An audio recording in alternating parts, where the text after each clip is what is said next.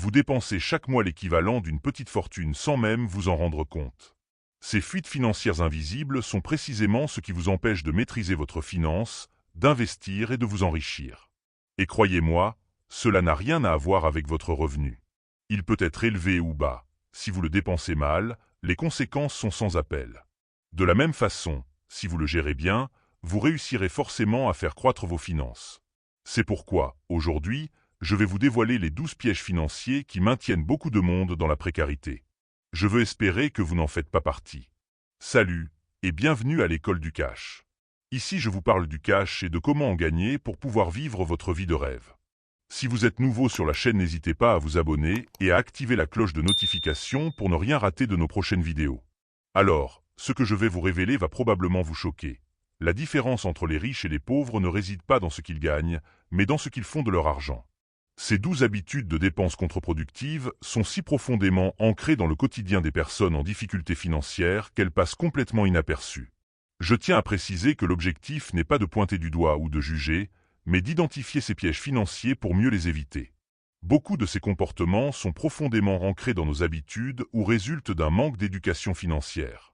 La bonne nouvelle, c'est qu'une fois que vous aurez pris conscience de ces pièges, vous serez en mesure de les déjouer et d'adopter des stratégies plus efficaces pour construire votre patrimoine. 1. Les crédits à la consommation à taux élevés. Les personnes en difficulté financière ont souvent recours aux crédits à la consommation pour financer des achats qu'elles ne peuvent pas se permettre immédiatement. Que ce soit par le biais de cartes de crédit, de prêts personnels ou de crédits revolving, ces solutions semblent pratiques à court terme mais deviennent rapidement des fardeaux financiers considérables. Les taux d'intérêt de ces crédits peuvent atteindre des sommets vertigineux, parfois plus de 20% par an. Pour illustrer l'impact dévastateur de ces taux, prenons un exemple concret. Un achat de 1 000 € financé par un crédit revolving à 18% peut finalement vous coûter plus de 1 500 € si vous vous contentez de rembourser le minimum chaque mois. Cette différence de 500 € représente une pure perte pour votre patrimoine. Le piège réside dans la facilité d'accès à ces crédits. Les établissements financiers ciblent spécifiquement les personnes vulnérables financièrement, sachant qu'elles auront du mal à résister à cette apparente bouée de sauvetage. Mais en réalité, ces crédits ne font qu'aggraver la situation à moyen et long terme. L'alternative intelligente? Adoptez la règle des 30 jours avant tout achat non essentiel. Si vous désirez quelque chose, attendez un mois avant de l'acheter. Ce délai de réflexion vous permettra d'évaluer si cet achat est vraiment nécessaire ou s'il s'agit d'une impulsion. Pour les achats véritablement indispensables, constituez un fonds d'urgence équivalent à 3 à 6 mois de dépenses fixes. Même si vous ne pouvez mettre de côté que 20 € par mois, c'est un début. À long terme, cette discipline vous évitera de tomber dans le piège des crédits coûteux et vous donnera une plus grande sérénité financière. 2. Les loteries et jeux de hasard. La tentation des jeux de hasard et des loteries est particulièrement forte chez les personnes en situation financière précaire. L'espoir de gagner le gros lot et de résoudre instantanément tous ces problèmes d'argent est séduisant, mais il s'agit d'une illusion coûteuse que les statistiques démontrent sans appel. Les chiffres sont implacables. La probabilité de gagner au loto est d'environ 1 sur 19 millions et celle de remporter l'euro-million est encore plus faible, à 1 sur 139 millions. Ces odds sont tellement défavorables qu'il est statistiquement plus probable d'être frappé par la foudre que de décrocher le jackpot. Pourtant, des millions de personnes dépensent régulièrement de l'argent dans ces jeux, souvent à raison de 5 à 20 € par semaine, soit potentiellement plus de 1 000 € par an. Une étude menée par l'INSEE a révélé que les ménages les plus modestes consacrent proportionnellement une part plus importante de leurs revenus aux jeux de hasard que les foyers aisés. Ce paradoxe s'explique par le désespoir financier et l'absence de perspective d'amélioration par des voies conventionnelles. Quelle est l'alternative? Investissez plutôt cet argent dans votre développement personnel et professionnel. Si vous dépensez habituellement 10 € par semaine en tickets de loterie, redirigez cette somme vers l'achat de livres sur la finance personnelle, des formations en ligne ou l'amélioration de vos compétences professionnelles. Sur une année, ces 520 € peuvent financer plusieurs certifications qui augmenteront votre valeur sur le marché du travail. Si l'aspect ludique vous manque, considérez des applications d'épargne qui gamifient l'économie d'argent, comme Yol2 Plum. Ces outils vous permettent de mettre de l'argent de côté de manière automatique et ludique, transformant l'épargne en un jeu aux résultats bien plus tangibles que n'importe quelle loterie. 3. Les achats impulsifs de produits bas de gamme. Une erreur financière répandue est de privilégier systématiquement les produits les moins chers sans considérer leur durabilité ou leur qualité. Cette mentalité du « pas cher à tout prix » semble économique à court terme, mais se révèle coûteuse sur la durée. Prenons l'exemple des chaussures.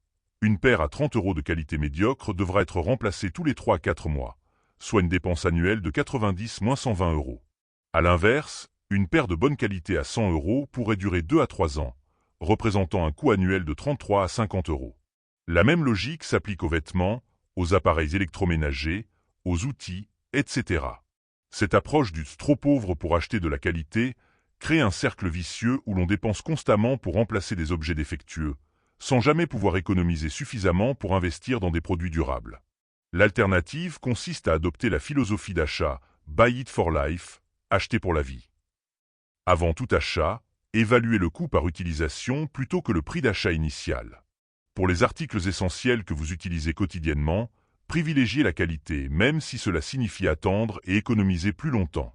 Apprenez également à distinguer les domaines où la qualité fait une réelle différence, chaussures, matelas, outils de travail, de ceux où les produits bas de gamme suffisent, produits d'entretien, certains accessoires.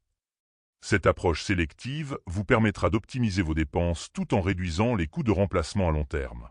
Pour les articles coûteux mais nécessaires, explorez les marchés de seconde main où vous pouvez trouver des produits de qualité à prix réduit. Sites comme Vinted, Le Bon Coin ou même certains groupes Facebook regorgent d'opportunités pour acquérir des objets durables sans se ruiner. 4. Les abonnements multiples et superflus.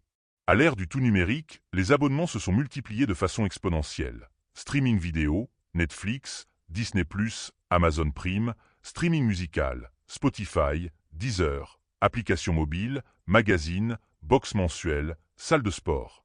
Individuellement, ces services semblent abordables, mais leur accumulation constitue une fuite financière considérable et souvent invisible.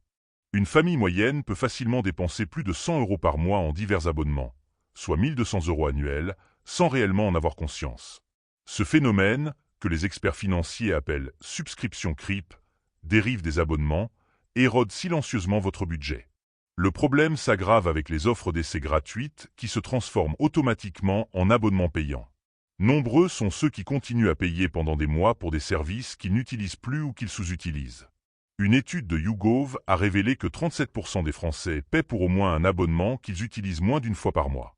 Comment optimiser cette situation? Commencez par faire un inventaire complet de tous vos abonnements. Analysez vos relevés bancaires des 3 derniers mois et notez chaque prélèvement récurrent. Évaluez ensuite votre utilisation réelle de chaque service. Combien d'heures par mois l'utilisez-vous? Cela vaut-il vraiment son coût? Adoptez la stratégie de rotation des abonnements plutôt que de les maintenir tous simultanément. Par exemple, abonnez-vous à une seule plateforme de streaming à la fois, regardez le contenu qui vous intéresse pendant un mois, puis passez à une autre plateforme le mois suivant. Explorez également les alternatives gratuites. Bibliothèques municipales, qui proposent souvent des livres numériques et des films, chaînes YouTube éducatives, applications freemium, etc. Pour certains services, les versions gratuites avec publicité peuvent suffire à vos besoins. Enfin, négociez des tarifs réduits en optant pour des abonnements annuels plutôt que mensuels, ou en partageant certains comptes familiaux avec des proches, dans le respect des conditions d'utilisation. La discipline financière dans ce domaine peut facilement vous faire économiser plusieurs centaines d'euros par an. 5. La nourriture préparée et les repas à emporter. L'alimentation représente un poste de dépense majeur dans le budget d'un ménage, et les choix que vous faites dans ce domaine ont un impact considérable sur vos finances. L'une des habitudes les plus coûteuses est de privilégier les plats préparés, les repas à emporter et la restauration rapide au détriment de la cuisine à la maison. Un repas au restaurant, même dans une chaîne de fast-food, coûte en moyenne 3 à 5 fois plus cher que le même repas préparé à la maison. Si vous dépensez 10 € par jour en déjeuners achetés près de votre lieu de travail, cela représente environ 200 € par mois, alors qu'un repas préparé à la maison reviendrait à 2 à 4 €, soit 40 à 80 € mensuels. La différence peut dépasser 1 500 € par an. Les aliments transformés et plats préparés en supermarché suivent la même logique. Vous payez principalement pour la transformation et l'emballage, pas pour la qualité nutritionnelle. Une barquette de légumes précoupés coûte souvent 2 fois plus cher que les mêmes légumes entiers. Cette habitude de consommation s'explique souvent par le manque de temps, de compétences culinaires ou d'équipement, mais aussi par la fatigue liée à la précarité qui pousse à privilégier les solutions de facilité. Comment transformer cette dépense en opportunité d'économie? Investissez dans des compétences culinaires de base. De nombreuses recettes simples, rapides et économiques sont accessibles gratuitement en ligne. Consacrez quelques heures le week-end au meal prep, préparation de repas. Cuisinez en grande quantité et congelez des portions individuelles pour la semaine. Adoptez la planification des repas hebdomadaires avant vos courses pour éviter les achats impulsifs et le gaspillage. Privilégiez les produits de saison et les protéines abordables comme les légumineuses, les œufs et certaines coupes de viande moins populaires mais tout aussi nutritives. Pour ceux qui manquent réellement de temps, des compromis intelligents existent.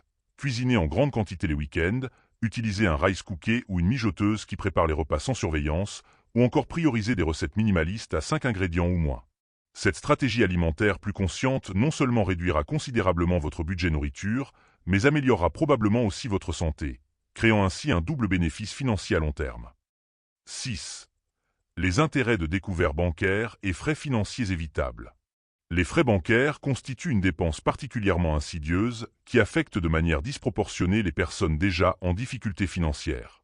Parmi ces frais, les agios sur découvert bancaire sont probablement les plus coûteux et les plus facilement évitables avec une bonne organisation. Les taux d'intérêt appliqués aux découverts autorisés oscillent généralement entre 7% et 14% annuels, auxquels s'ajoutent souvent des frais fixes par opération en découvert. Quant aux découverts non autorisés, ils peuvent être facturés jusqu'à 21% avec des commissions d'intervention pouvant atteindre 8 € par opération. Un découvert régulier de 300 € pendant 15 jours chaque mois peut ainsi générer plus de 150 € de frais annuels.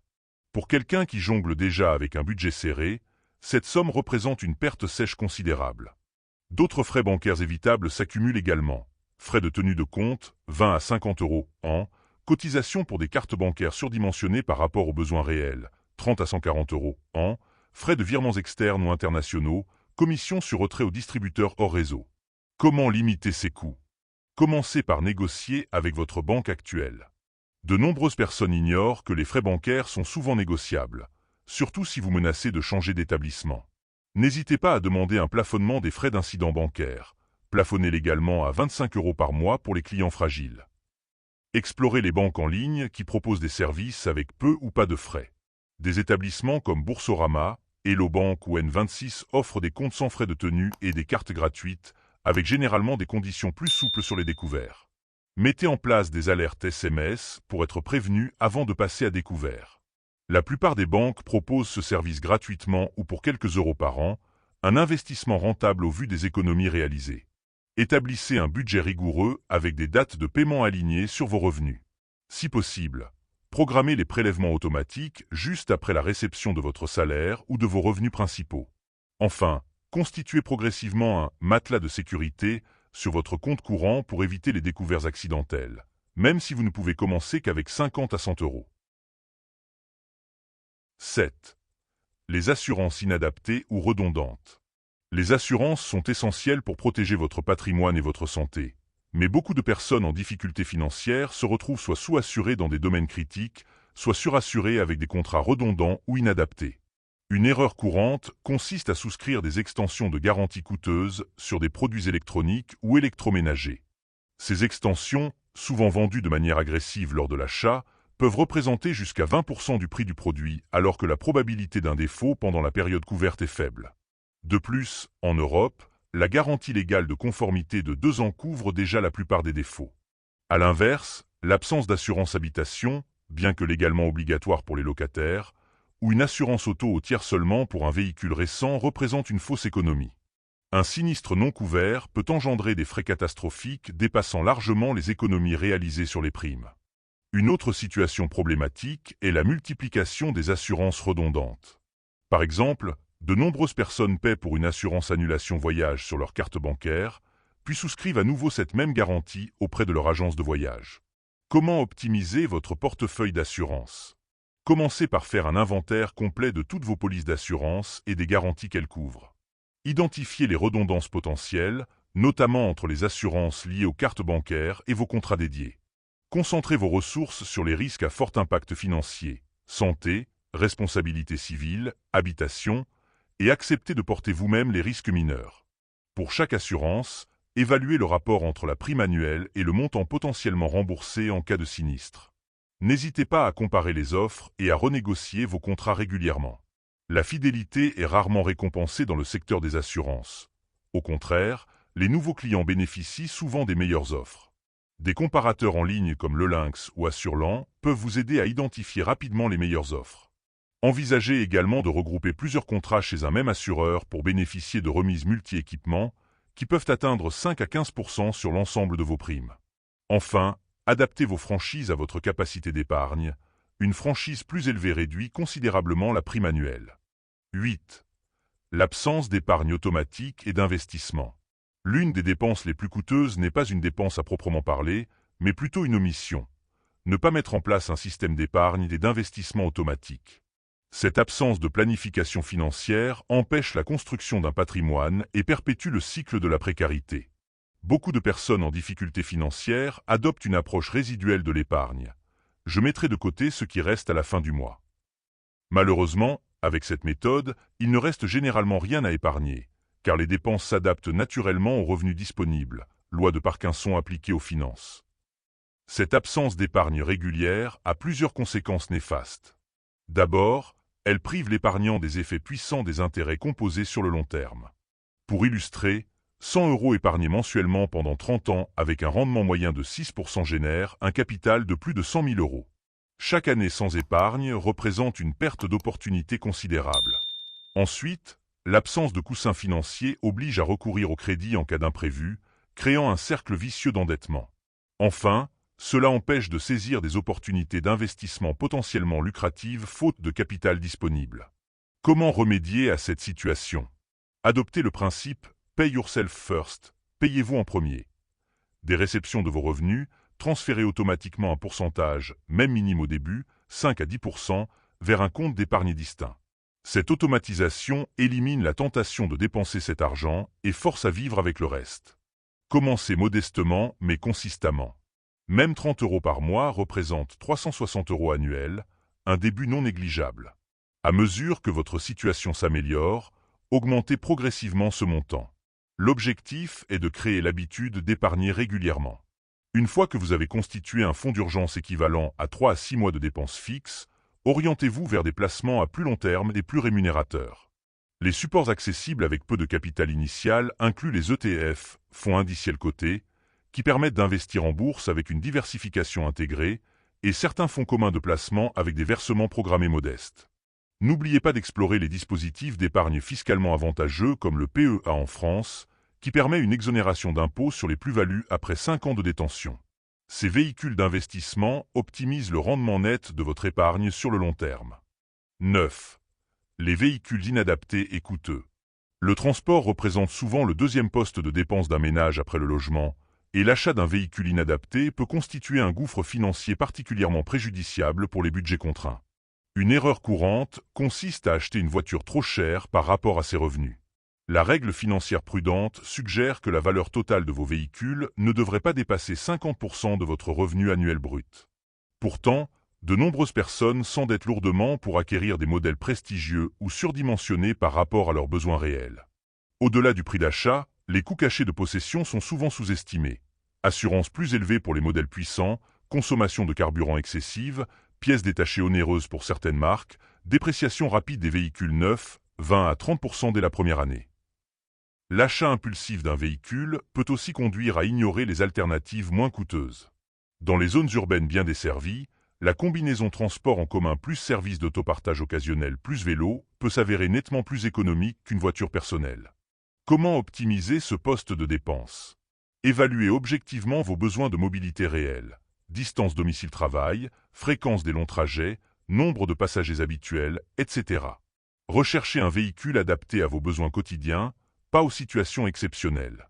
Privilégiez les véhicules d'occasion de 3 à 5 ans qui ont déjà subi l'essentiel de leur dépréciation mais restent fiables. Consultez les classements de fiabilité par marque et modèle avant tout achat pour éviter les véhicules connus pour leurs problèmes récurrents. Si l'achat est nécessaire, explorez le marché des modèles économes en carburant. Un véhicule consommant 2 100 km de moins qu'un autre peut générer une économie de plusieurs centaines d'euros annuels pour un conducteur moyen. Considérez sérieusement les alternatives à la propriété. Location longue durée, autopartage, covoiturage régulier. Ces solutions permettent d'éviter l'immobilisation de capital et les frais fixes associés à la possession d'un véhicule. Enfin, optimisez l'entretien de votre véhicule actuel. Respect scrupuleux du carnet d'entretien, vérification régulière de la pression des pneus, une sous-inflation de 0,5 bar augmente la consommation de 2 à 3%. Conduite souple et anticipative pour réduire l'usure et la consommation. 10. les contrats de téléphonie et Internet surdimensionnés. Dans notre société hyperconnectée, les services de télécommunication sont devenus aussi essentiels que l'eau ou l'électricité. Cependant, de nombreuses personnes paient significativement plus que nécessaire pour ces services, en souscrivant à des forfaits surdimensionnés par rapport à leurs besoins réels. Le marché de la téléphonie mobile et de l'Internet fixe est caractérisé par une profusion d'offres complexes, souvent conçues pour créer une confusion favorable aux opérateurs. Beaucoup de consommateurs se retrouvent avec des forfaits incluant 100 gigaoctets de données mobiles alors qu'ils n'en utilisent que 5 à 10 gigaoctets mensuellement, ou des bouquets TV Premium dont ils ne regardent que quelques chaînes. Cette surconsommation génère un surcoût mensuel de 10 à 30 euros, soit potentiellement 360 euros annuels de dépenses superflues. De plus, de nombreux consommateurs restent fidèles au même opérateur pendant des années sans renégocier, manquant ainsi les offres promotionnelles réservées aux nouveaux clients. Comment optimiser ce poste de dépense? Commencez par analyser votre consommation réelle. La plupart des opérateurs permettent de consulter l'historique détaillé de votre utilisation. Vérifiez votre consommation moyenne de données mobiles, le nombre d'heures d'appel, les chaînes TV que vous regardez effectivement. Explorez ensuite le marché des offres sans engagement, particulièrement compétitives en France grâce aux opérateurs virtuels MVNO, comme Red by SFR, Sosh ou Free. Ces forfaits no free, sans fioriture, proposent souvent l'essentiel à des tarifs 30 à 50% inférieurs aux offres classiques. N'hésitez pas à changer régulièrement d'opérateur pour bénéficier des offres promotionnelles. La portabilité du numéro est désormais simple et rapide, garantissant la conservation de votre numéro lors d'un changement d'opérateur. Pour l'Internet fixe, évaluez si vous avez réellement besoin du très haut débit, fibre. Pour une utilisation basique, navigation web, email, streaming vidéo en qualité standard, une connexion ADSL peut suffire à moindre coût. Enfin, considérez les offres groupées fixes plus mobiles du même opérateur, qui peuvent générer des économies de 5 à 10 euros mensuels par rapport à des contrats séparés. Cependant, comparez attentivement avec la somme de deux offres optimisées séparément, car les packages ne sont pas toujours avantageux. 11. Les frais financiers des transferts d'argent internationaux. Dans notre monde globalisé, de nombreuses personnes, particulièrement issues de l'immigration ou ayant de la famille à l'étranger, effectuent régulièrement des transferts d'argent internationaux. Les méthodes traditionnelles de transfert via les banques ou les services spécialisés comme Western Union imposent des frais exorbitants qui grèvent considérablement les sommes envoyées. Ces frais se décomposent généralement en deux parties. Des frais fixes par transaction, 5 à 50 euros selon les montants et destinations, et une marge cachée sur le taux de change, 3 à 7% du montant. Pour un transfert de 500 euros vers un pays hors zone euro, le coût total peut facilement atteindre 25 à 40 euros, soit 5 à 8% de la somme envoyée.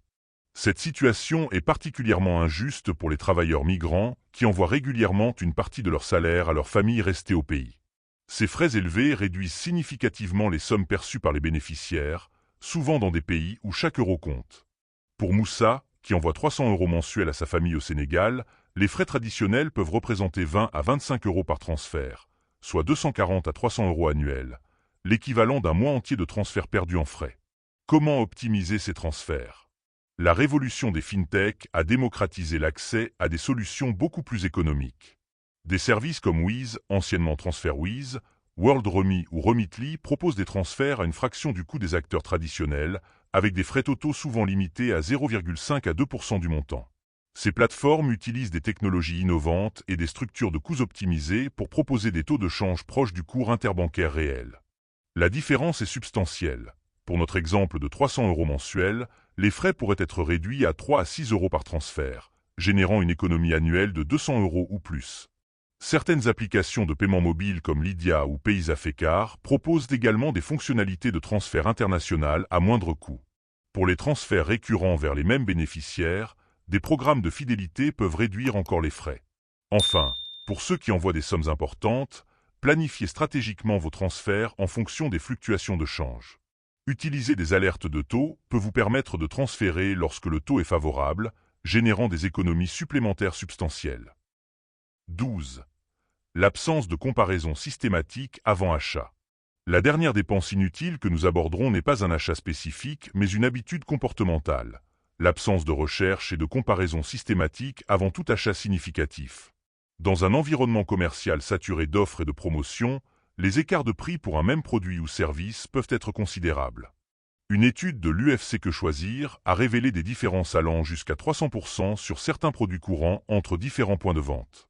Pourtant, de nombreux consommateurs achètent par habitude ou par impulsion, sans prendre le temps de comparer les offres. Cette précipitation est souvent plus marquée chez les personnes financièrement vulnérables, paradoxalement celles qui auraient le plus à gagner d'une démarche comparative. Les facteurs expliquant ce comportement sont multiples. Manque de temps, accès limité à Internet pour certaines populations, méconnaissance des outils de comparaison, ou encore la fatigue décisionnelle liée à la précarité qui réduit la capacité à prendre des décisions optimales. Cette absence de comparaison affecte tous les types d'achats: produits alimentaires, électroménagers, assurances, services bancaires, forfaits téléphoniques, etc. Au fil du temps, le cumul de ces surpaiements représente plusieurs centaines, voire milliers d'euros de dépenses évitables. Comment transformer cette habitude? Adoptez la règle du triple devis pour tout achat dépassant un certain montant, 50 à 100 euros selon votre budget. Avant de valider un achat significatif, obtenez au moins 3 offres différentes. Internet facilite grandement cette démarche grâce aux comparateurs en ligne dans presque tous les secteurs. Utilisez des applications comme Prixing ou Idealo qui permettent de scanner le code-barre d'un produit en magasin pour comparer instantanément les prix chez différents détaillants. Pour les achats en ligne, des extensions de navigateurs comme Honey ou Camel repèrent automatiquement les meilleurs prix et l'historique des variations. N'hésitez pas à négocier, même dans les enseignes où les prix semblent fixes. De nombreux vendeurs disposent d'une marge de manœuvre, particulièrement pour les gros achats ou en fin de mois, quand ils cherchent à atteindre leurs objectifs de vente. Enfin, intégrez le timing à votre stratégie d'achat. Certaines périodes sont plus propices aux bonnes affaires. Soldes saisonnières, Black Friday, fin de série.